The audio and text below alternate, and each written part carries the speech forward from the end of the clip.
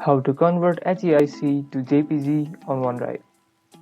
Trying to open a HEIC image from your iPhone on OneDrive but can't view it easily. Here's how to convert those HEIC files into universally compatible JPG right from a PC. Open your OneDrive in browser or file explorer. Locate the HEIC file, right-click on it and download it to your computer.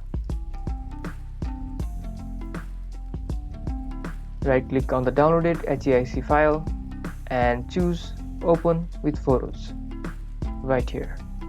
If prompted, install the HEIF image extensions from the Microsoft Store to enable viewing.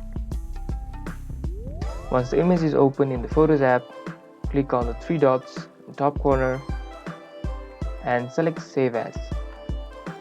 From there, change the file format to JPG and save it to your personal desired location. I'll save it right here. Your file is now in JPG format and ready to use anywhere. Simple, fast and no extra tools required. And this is how you convert a HEIC file into JPG format. If this video helped you, don't forget to hit the like button and subscribe for more videos like this.